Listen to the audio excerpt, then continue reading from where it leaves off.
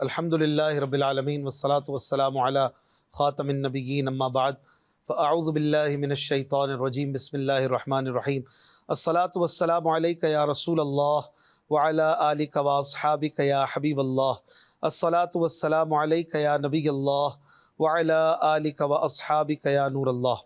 مدنی channel کے ناظرین دیکھ رہے ہیں پروگرام قرآن پاک ترجمہ و تفسیر کے ساتھ۔ الحمدللہ ہمارا درس 15واں پارہ سورہ بنی اسرائیل آیت نمبر 35 تک پہنچا تھا۔ اللہ پاک ہمیں قرآن شریف کے مطابق اپنی زندگی گزارنے کی توفیق عطا فرمائے۔ نبی کریم رؤوف الرحیم صلی اللہ علیہ وآلہ وسلم نے فرمایا، تم مجھ پر درود پڑھو اللہ تم پر رحمت بھیجے گا۔ صلو علی الحبیب صلی اللہ علی محمد صلی اللہ علیہ وآلہ وسلم۔ اعوذ باللہ من الشیطان الرجیم بسم اللہ الرحمن الرحیم ولا تقف ما لیس لک به علم ان السمع والبصر والفؤاد كل اولئک کان عنہ مسئولا۔ آسان ترجمہ قرآن کنز العرفان۔ اور اس بات کے پیچھے نہ پڑ جس کا تجھے علم نہیں، بے شک کان اور آنکھ اور دل ان سب کے بارے میں سوال کیا جائے گا۔ ناظرین اکرام، یہاں پر فرمایا گیا کہ جس چیز کو دیکھا نہ ہو اس کے بارے میں یہ نہ کہو کہ میں نے دیکھا ہے، اور جس بات کو سنا نہ ہو اس کے بارے میں یہ نہ کہو کہ میں نے سنا ہے۔ ایک قول ہے کہ اس سے مراد یہ ہے کہ جھوٹی گواہی نہ دو۔ حضرت عبداللہ ابن عباس رضی اللہ عنہما نے فرمایا، اس سے مراد یہ ہے کہ کسی پر وہ الزام نہ لگاؤ جو تم نہ جانتے ہو۔ محمد بن احمد قرطبی رحمۃ اللہ علیہ فرماتے ہیں، خلاصہ یہ ہے کہ اس آیت میں جھوٹی گواہی دینے، جھوٹے الزامات لگانے اور اس طرح کے جھوٹے اقوال کی ممانعت کی گئی ہے۔ حضرت عبداللہ ابن عمر رضی اللہ عنہما سے روایت ہے کہ رسول اللہ صلی اللہ علیہ وآلہ وسلم نے ارشاد فرمایا، جھوٹے گواہ کے قدم ہٹنے بھی نہ پائیں گے کہ اللہ پاک اس کے لیے جہنم واجب کر دے گا۔ استغفر اللہ۔ حضرت معاذ بن انس رضی اللہ عنہ سے روایت ہے، رسول کریم صلی اللہ علیہ وآلہ وسلم نے ارشاد فرمایا، جو کسی مسلمان کو ذلیل کرنے کی غرض سے اس پر الزام عائد کرے تو اللہ پاک جہنم کے پل پر اسے روک لے گا یہاں تک کہ اپنے کہنے کے مطابق عذاب پالے۔ استغفر اللہ۔ حضرت عبداللہ بن عمر رضی اللہ عنہما سے روایت ہے، حضور اقدس صلی اللہ علیہ وآلہ وسلم نے ارشاد فرمایا، جو کسی مسلمان پر ایسی چیز کا الزام لگائے جس کے بارے میں وہ خود بھی جانتا نہ ہو تو اللہ پاک اسے جہنم کے ایک مقام ردغۃ الخبال میں اس وقت تک رکھے گا جب تک کہ اپنے الزام کے مطابق عذاب نہ پالے۔ استغفر اللہ۔ اس آیت اور اس طرح کی روایات کو سامنے رکھنے کی شدید حاجت ہے، کیونکہ آج کل الزام تراشی کرنا اس قدر عام ہے کہ کوئی حد نہیں۔ جس کا جو دل کرتا ہے وہ دوسروں پر الزام لگا دیتا ہے، جگہ جگہ ذلیل کرتا ہے، اور ثبوت مانگے تو یہ دلیل دی جاتی ہے کہ میں نے کہیں سنا تھا یا مجھے کسی نے بتایا تھا۔ اب کس نے بتایا، بتانے والا کتنا معتبر تھا، اس کو کہاں سے پتہ چلا، اس کے پاس کیا ثبوت ہے، کوئی سر پیر نہیں ہوتا۔ نعوذ باللہ، ہمیں اس سے بچنا چاہیے۔ پھر اس آیت کے آخر میں فرمایا، کل اولئک کان عنہ مسئولا، ان سب کے بارے میں سوال کیا جائے گا۔ کان، آنکھ اور دل، سب کے بارے میں سوال کیا جائے گا کہ تم نے ان سے کیا کام لیا۔ کان کو قرآن و حدیث سننے، علم و حکمت اور واعظ و نصیحت کی اور ان کے علاوہ دیگر نیک باتیں سننے میں استعمال کیا، یا غیبت سننے، لغو اور بیکار باتیں سننے، بہتان اور بدکاری کی تہمت، گانے باجے اور فحش سننے میں لگایا۔ یوں ہی آنکھ سے جائز و حلال دیکھا یا فلمیں ڈرامے دیکھنے، بدنگاہی کرنے میں استعمال کیا، اور دل میں صحیح عقائد اور اچھے اور نیک خیالات و جذبات تھے، یا غلط عقائد اور گندے منصوبے اور شہوت بھرے خیالات ہوا کرتے تھے۔ اس آیت کی مناسبت سے ایک مسئلہ بھی یاد رہے کہ خیال ہی خیال میں کسی عورت سے برائی کرنا یہ بھی گناہ ہے، یہ بھی حرام ہے، اور یہ دل کی بدکاری کہلائے گا۔ نعوذ باللہ من ذالک۔ اللہ ہمارے خیالات کو پاکیزہ اور ستھرا فرما دے۔ اگلی آیت میں اللہ پاک ارشاد فرماتا ہے، وَلَا تَمْشِ فِي الْأَرْضِ مَرَحًا إِنَّكَ لَن تَخْرِقَ الْأَرْضَ وَلَن تَبْلُغَ الْجِبَالَ طُولًا كُلُّ ذَلِكَ كَانَ سَيِّئُهُ عِندَ رَبِّكَ مَكْرُوهًا۔ آسان ترجمہ قرآن کنز العرفان۔ اور زمین میں اتراتے ہوئے نہ چل، بے شک تو ہرگز نہ زمین کو پھاڑ دے گا اور نہ ہرگز بلندی میں پہاڑوں کو پہنچ جائے گا۔ ان تمام کاموں میں سے جو برے کام ہیں وہ تمہارے رب کے نزدیک ناپسندیدہ ہیں۔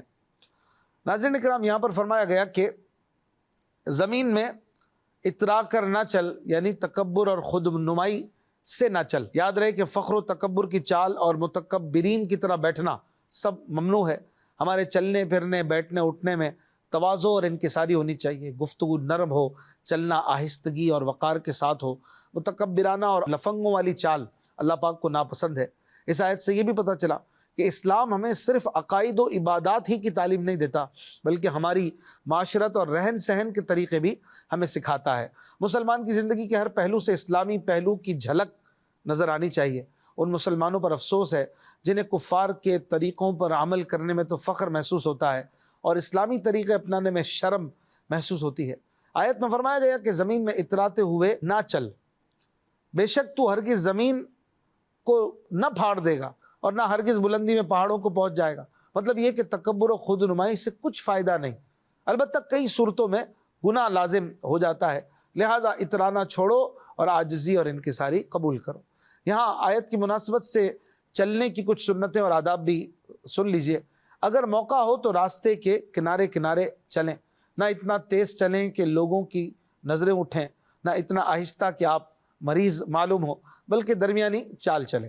لفنگوں کی طرح گریبان کھول کر اکڑتے ہوئے ہرگز نہ چلیں کہ یہ شرفا کی چال نہیں بلکہ احمقوں اور مغروروں کی چال ہے۔ چلنے میں یہ بھی احتیاط کریں کہ جوتے کی آواز پیدا نہ ہو۔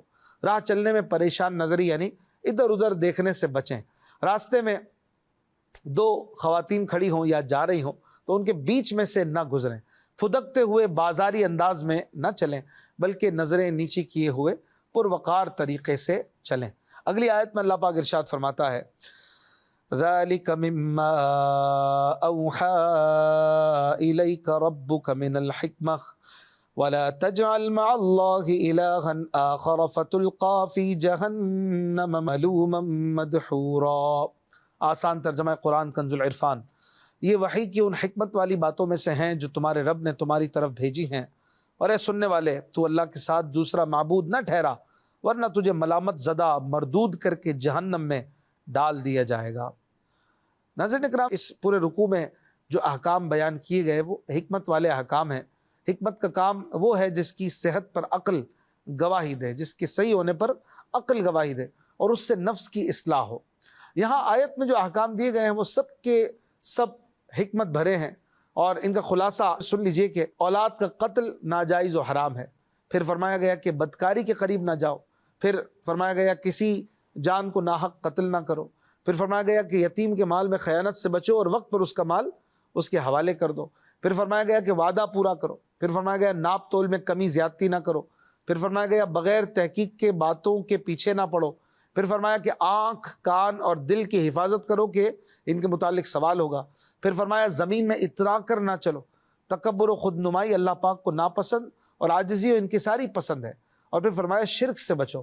بعض مفسرین نے فرمایا کہ ان آیات کا حاصل توحید اور نیکیوں اور اطاعتوں کا حکم دینا اور دنیا سے بے رغبتی اور آخرت کی طرف رغبت دلانا ہے۔ حضرت عبداللہ ابن عباس رضی اللہ عنہما نے فرمایا کہ یہ 18 آیتیں لا تجعل مع اللہ الہا آخر سے ملوما مدحورا تک حضرت موسیٰ علیہ السلام کی تختیوں میں تھیں۔ ان کی ابتدا توحید کے حکم سے ہوئی اور انتہا شرک کی ممانعت پر۔ اس سے پتہ چلا کہ ہر حکمت کی اصل توحید و ایمان ہے اور کوئی قول و عمل اس کے بغیر قابل قبول نہیں۔ اگلی آیت میں اللہ پاک ارشاد فرماتا ہے أَفَأَصْفَاكُمْ رَبُّكُمْ بِالْبَنِينَ وَاتَّخَذَ مِنَ الْمَلَائِكَةِ إِنَاثًا إِنَّكُمْ لَتَقُولُونَ قَوْلًا عَظِيمًا۔ آسان ترجمہ قرآن کنز العرفان۔ کیا تمہارے رب نے تمہارے لیے بیٹے چن لیے اور اپنے لیے فرشتوں سے بیٹیاں بنا لی؟ بے شک تم بہت بڑی بات بول رہے ہو۔ ناظرین اکرام، مشرکین عرب فرشتوں کو اللہ پاک کی بیٹیاں کہتے تھے۔ ان کی تردید میں یہ آیت نازل ہوئی جس میں فرمایا گیا کہ بد نصیبوں، اپنے لیے تو لڑکیاں پسند نہیں کرتے، ان کی پیدائش پر ناراض ہوتے اور برا مناتے ہو، بلکہ انہیں قتل کر دیتے ہو اور اللہ پاک کے لیے لڑکیاں ثابت کرتے ہو۔ کیا خدا نے تمہارے خیال کے مطابق اچھی چیز یعنی لڑکے تمہیں دے دیے اور بری چیز اپنے لیے رکھ لی؟ یقیناً تم بہت ہی سخت بات کہہ رہے ہو کہ اللہ پاک کے لیے اولاد ثابت کرتے ہو جو جسم کے خواص سے ہے، حالانکہ اللہ پاک اس سے پاک ہے۔ پھر اس میں بھی اپنی بڑائی رکھتے ہو کہ اپنے لیے تو بیٹے پسند کرتے ہو اور خدا کے لیے بیٹیاں تجویز کرتے ہو۔ یہ تمہاری کتنی بے ادبی اور گستاخی ہے۔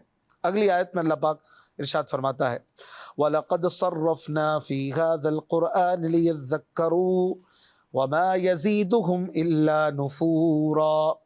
آسان ترجمہ قرآن کنز العرفان۔ اور بے شک ہم نے اس قرآن میں طرح طرح سے بیان فرمایا تاکہ وہ سمجھیں، اور یہ سمجھانا ان کے دور ہونے کو ہی بڑھا رہا ہے۔ ناظرین کرام، اس رکوع میں عقائد اسلامیہ میں سے چاروں اہم ترین بنیادی عقائد کو بیان کیا گیا ہے۔ پہلے قرآن کے بارے میں، پھر توحید باری تعالیٰ کے بارے میں، پھر رسول اللہ صلی اللہ علیہ وآلہ وسلم کے بارے میں، اور پھر قیامت کے بارے میں۔ سب سے پہلے قرآن کے بارے میں فرمایا کہ ہم نے اس قرآن میں نصیحت کی باتیں بار بار بیان فرمائی، اور کئی طرح سے بیان فرمائی، جیسے کہیں دلائل سے، تو کہیں مثال سے، کہیں حکمتوں سے، کہیں عبرتوں سے، اور ان مختلف اندازوں میں بیان کرنے کا اصل مقصد یہ کہ لوگ کسی طرح نصیحت و ہدایت کی طرف آئیں اور سمجھیں۔ یہاں قرآن پاک نے علم نفسیات کے ایک اصول کو بیان فرما دیا کہ لوگوں سے ان کی ذہنی صلاحیتوں کے مطابق بات کی جائے، کیونکہ بعض لوگ دلائل سے مانتے ہیں، بعض ڈر سے، کچھ لوگ مثالوں سے مانتے ہیں۔ یوں ہی بعض اوقات ایک آدمی کی حالت مختلف ہوتی رہتی ہے، کسی وقت اسے ڈرا کر سمجھانا مفید ہوتا ہے، کسی وقت نرمی سے۔ تو قرآن پاک نے تمام لوگوں کو ان کے تمام احوال کی رعایت کرتے ہوئے سمجھایا ہے۔ لیکن آیت کے آخر میں فرمایا کہ اس اصلاح و تفہیم نے کفار کی حق سے نفرت میں ہی اضافہ کیا، کیونکہ بارش اگرچہ بابرکت ہوتی ہے، لیکن اگر کسی جگہ پر گندگی کا ڈھیر لگا ہوا ہو تو وہاں بارش پڑے گی تو اور بدبو میں ہی اضافہ ہوگا۔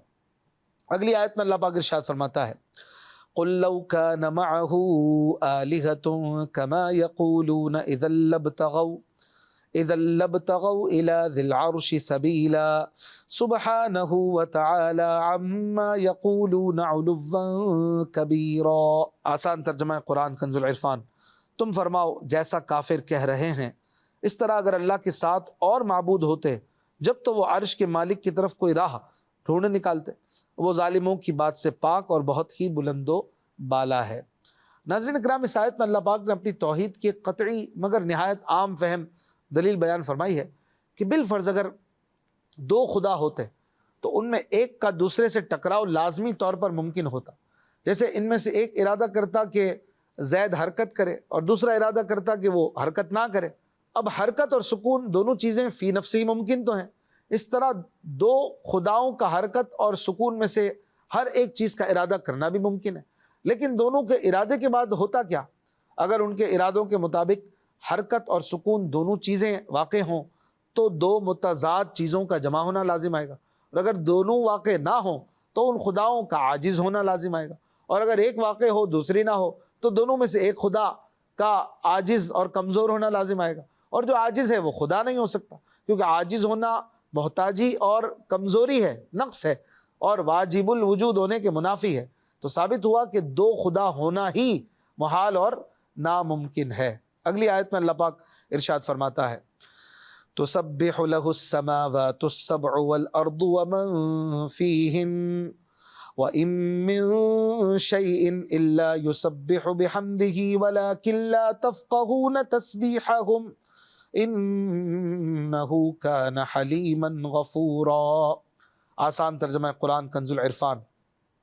ساتوں آسمان اور زمین اور جو مخلوق ان کے درمیان ہے سب اسی کی پاکی بیان کرتے ہیں، اور کوئی بھی شے ایسی نہیں جو اس کی حمد بیان کرنے کے ساتھ اس کی پاکی بیان نہ کرتی ہو، لیکن تم لوگ ان چیزوں کی تسبیح کو سمجھتے نہیں، بے شک وہ حلم والا بخشنے والا ہے۔ ناظرین اکرام، اس آیت میں اللہ پاک کی عظمت کا بیان ہے، چنانچہ فرمایا کہ ساتوں آسمان اور زمین اور ان میں بسنے والی ساری مخلوق اللہ پاک کی حمد و ثنا اور تسبیح و تقدیس میں مشغول ہے، اور یہ تسبیح دونوں طرح ہے، زبان حال سے بھی، اور وہ اس طرح کے تمام مخلوقات کے وجود اپنے بنانے والے کی قدرت و حکمت پر دلالت کرتے ہیں، اور یہ تسبیح زبان قال سے بھی ہے، اور یہ بھی ثابت و صحیح ہے، اور احادیث کثیرہ اس پر دلالت کرتی ہیں، اور سلف صالحین سے بھی یہی منقول ہے۔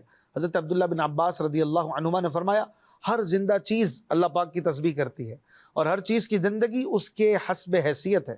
مفسرین نے کہا ہے کہ دروازہ کھولنے کی آواز اور چھت کا چٹکنا یہ بھی تسبیح کرنا ہے، اور ان سب کی تسبیح سبحان اللہ و بحمدہ ہے۔ حضرت عبداللہ ابن مسعود رضی اللہ عنہ سے منقول ہے کہ رسول کریم صلی اللہ علیہ وآلہ وسلم کی انگشت مبارک سے پانی کے چشمے جاری ہوتے ہوئے میں نے دیکھے، اور ہم کھاتے وقت کھانے کی تسبیح سنا کرتے تھے۔ حضرت جابر بن سمرہ رضی اللہ عنہ سے روایت ہے، تاجدار رسالت صلی اللہ علیہ وآلہ وسلم نے ارشاد فرمایا، میں اس پتھر کو پہچانتا ہوں جو میرے اعلان نبوت سے پہلے مجھے سلام کیا کرتا تھا۔ حضرت عبداللہ ابن عمر رضی اللہ عنہما سے روایت ہے، رسول کریم صلی اللہ علیہ وآلہ وسلم لکڑی کے ایک ستون سے تکیہ فرما کر خطبہ فرمایا کرتے تھے۔ جب ممبر بنایا گیا اور حضور علیہ الصلوۃ والسلام ممبر پر جلوہ افروز ہوئے تو وہ ستون، وہ پلر رونے لگا، حضور علیہ الصلوۃ والسلام نے اس پر دست کرم پھیرا، شفقت فرمائی اور اسے دلاسا دلایا۔ ان تمام احادیث سے جمادات کا کلام اور تسبیح کرنا ثابت ہوتا ہے۔ پھر فرمایا وَلَٰكِن لَا تَفْقَهُونَ تَسْبِيحَهُمْ، لیکن تم لوگ ان چیزوں کی تسبیح کو سمجھتے نہیں۔ یعنی یہاں یہ فرمایا کہ یہ تو حق ہے کہ تمام اشیاء اللہ پاک کی تسبیح بیان کرتی ہیں، کیونکہ یہ بات خود اللہ پاک بتا رہا ہے، البتہ تم ان کی تسبیح سمجھتے نہیں۔ زبان حال کی تسبیح تو وہ لوگ نہیں سمجھتے جو مخلوق میں غور کر کے خالق کی معرفت حاصل نہیں کرتے، اور زبان قال کی تسبیح عمومی طور پر کوئی بھی نہیں سمجھتا، کیونکہ ہر شے کس زبان میں تسبیح کرتی ہے ہم نہیں سمجھتے، اور ہر چیز کی تسبیح کا جان لینا ہمارے لیے مشکل ہے۔ البتہ اللہ پاک کسی کو ان چیزوں کی تسبیح سمجھنے کی صلاحیت دے دے تو وہ جدا بات ہے۔ اگلی آیت میں اللہ پاک فرماتا ہے وَإِذَا قَرَأْتَ الْقُرْآنَ جَعَلْنَا بَيْنَكَ وَبَيْنَ الَّذِينَ لَا يُؤْمِنُونَ بِالْآخِرَةِ حِجَابًا مَسْتُورًا۔ آسان ترجمہ قرآن کنز العرفان۔ اور اے حبیب جب تم نے قرآن پڑھا تو ہم نے تمہارے اور آخرت پر ایمان نہ لانے والوں کے درمیان ایک چھپا ہوا پردہ کر دیا۔ ناظرین اکرام، اس آیت کا شان نزول یعنی نازل ہونے کے پس منظر میں یہ ہے کہ جب سورہ تبت یدا نازل ہوئی تو ابو لہب کی بیوی پتھر لے کر آئی، حضور علیہ الصلوۃ والسلام ماں حضرت ابو بکر رضی اللہ عنہ کے تشریف رکھتے تھے، وہ حضور علیہ الصلوۃ والسلام کو نہ دیکھ سکی اور حضرت ابو بکر سے کہنے لگی تمہارے آقا کہاں ہیں؟ مجھے معلوم ہوا ہے انہوں نے میری مذمت کی ہے۔ حضرت صدیق اکبر رضی اللہ عنہ نے فرمایا وہ شعر گوئی نہیں کرتے، تو وہ یہ کہتی ہوئی واپس ہوئی کہ میں ان کا سر کچلنے کے لیے پتھر لائی تھی، نعوذ باللہ۔ حضرت صدیق اکبر رضی اللہ عنہ نے تاجدار رسالت صلی اللہ علیہ وآلہ وسلم سے بڑے تعجب سے عرض کیا کہ آپ کے یہاں موجود ہونے کے باوجود اس نے آپ کو دیکھا نہیں؟ رسول اکرم صلی اللہ علیہ وآلہ وسلم نے ارشاد فرمایا میرے اور اس کے درمیان ایک فرشتہ حائل ہو گیا تھا۔ اس واقعے کے متعلق یہ آیت نازل ہوئی اور اللہ تعالیٰ نے اس کا ذکر فرمایا کہ ہم نے یہ حجاب فرشتے کے ذریعے کر دیا۔